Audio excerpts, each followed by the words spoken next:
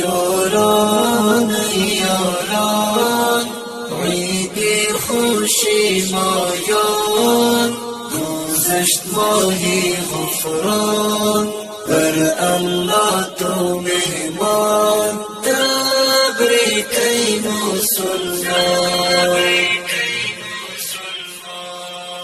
روزی وصل و پیوان مسلمین هست خرسان طائب سوی اقدس شیاطین بود دربان رفت عزیز و مهمان یاران یاران عید خوشی مایان گذشت ماهی غفران بر الله تو مهمان تبریک ای مسلمان عید وقت ضیافت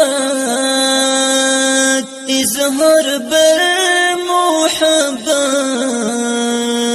باز پرس از قریب همدردی و اخوت ای بنده سبحان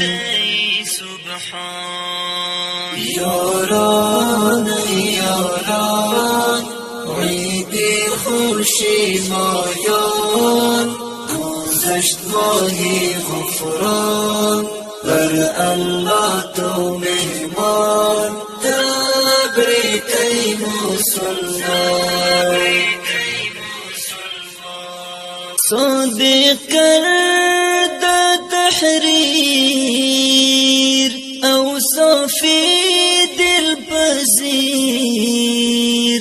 دارد نطق و بیان گویایی آن اسیر هدیه و ارمغان یاران یاران عید خوشی مایان گذشت ماهی غفران بر الله تو مهمان تبریک ای مسلمان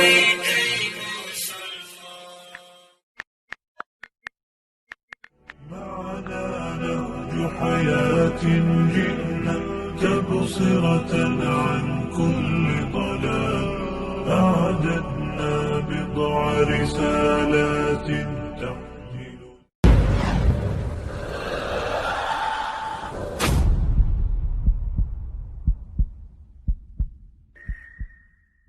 یاران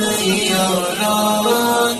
عید خوشی مایان گذشت ماهی غفران بر الله تو مهمان تبریک ای مسلمان